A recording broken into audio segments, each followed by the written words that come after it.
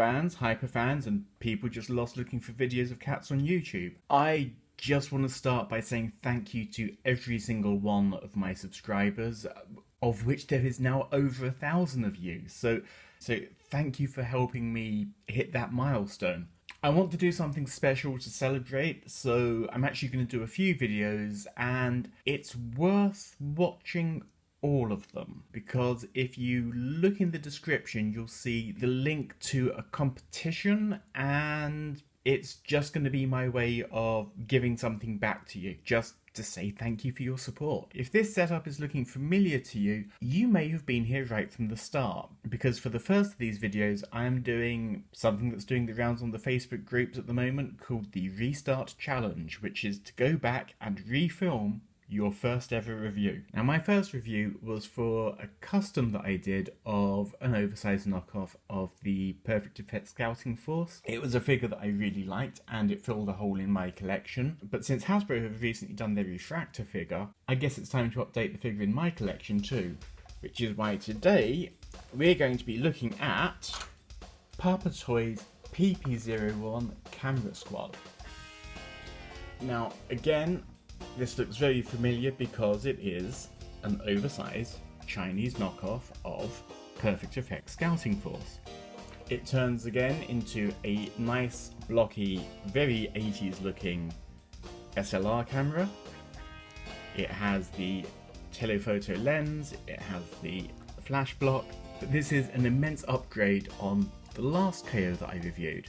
It actually cost me about the same amount of money, partly because the nature of the market has just been bringing these prices down, and partly because toy making technology is just getting better all the time. Camera is actually a very good size and feels far more like a roleplay item in your hand than the Perfect Effect, the original, but not quite as chunky as the old school knockoff. He does require his accessories to maintain the best camera mode, but that's true even of the new Hasbro one. You can minimise it by taking off the flash, the camera barrel, the exposure dial, and even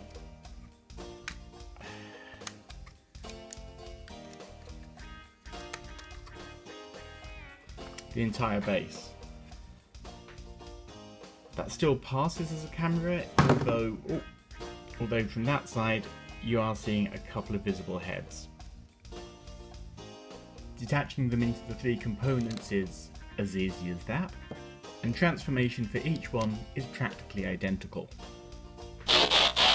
Starting with the center robot, we're gonna take these pieces off first and set them to one side. And then the rest of his transformation is pretty much identical between all three robots.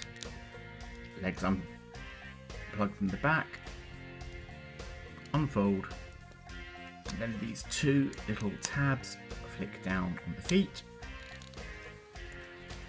They're very stiff online. Legs part, and then on the inner shin, there are two flaps that just fill in the void at the back of the legs.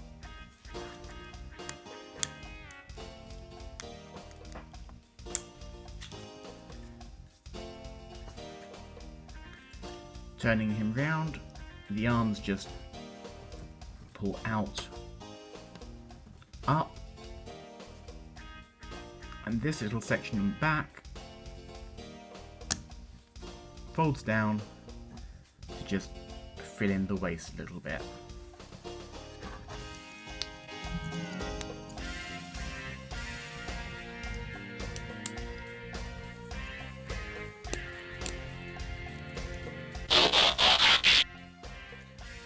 So in robot mode you can see that all three are practically identical except for obviously this chest piece here, and if you just want the cartoon look you can stop there. If you want to give him the more traditional toy look, you can take the two halves of the viewfinder from camera mode,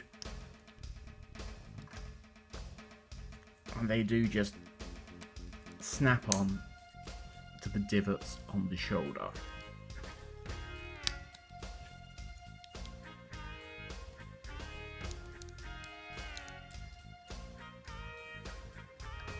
Size-wise, these are a little bit larger than traditional Scout figures, so here he is next to one of the Insecticons, and of course, let's just bring classic Starscream in so we can see what he's like compared to a deluxe. For such a small figure, articulation is incredibly good. It's mainly ball joints. You have one at the shoulder, one at the elbow, one at the hip, one at the knees. You have turns for the head, the waist, the wrist. You have a tilt motion for the foot, allowing you to give him a nice wide stance. Knees will bend just over 90 degree back, full 360, full 360 on the arm, hampered slightly by the shoulder panels, slightly more than 90 degrees at the elbow, and the wrists are 362. Because this is 3 figures in one, it's one of the only times you can show that the mould can do the run,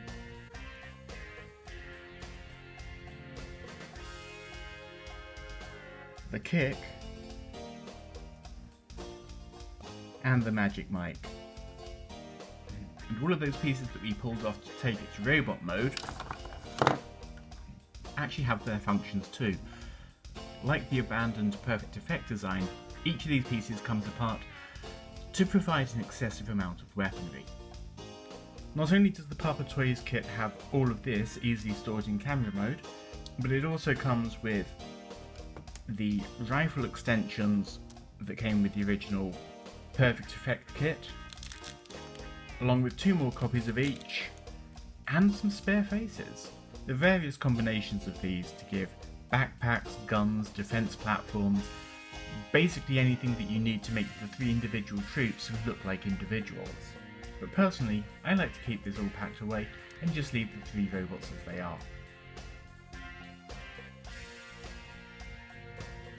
I mean, don't get me wrong, I can totally see the appeal of arming them up like a 500-point kill squad, and maybe if you've come to Transformers from a more anime background, this might appeal to you. Personally though, I'm a boring old so-and-so and just wanted these to represent the 84 cast of the Transformers cartoon, which these guys do fantastically. The extra faces are a really nice addition in this updated kit. You have a pretty blank stoic face, a smiling face, and a more angry open-mouthed face. This set came with 3 of each, so you can have whatever combination you want. This set is still available on eBay, AliExpress and a few other sellers for around £25. And I have to say the quality of it is really good, whereas the first set that I got would have been sold in China at the Xiaomai, which are like little convenience stores around residential areas.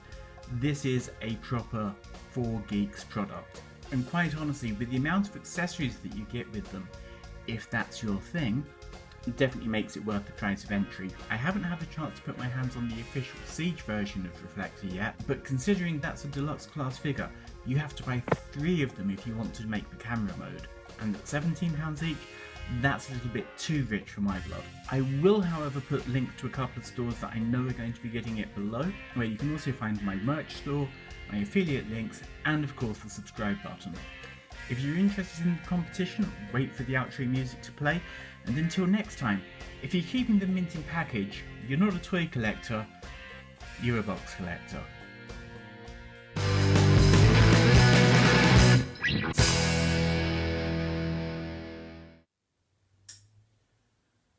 What are you still... Oh, the competition, yeah.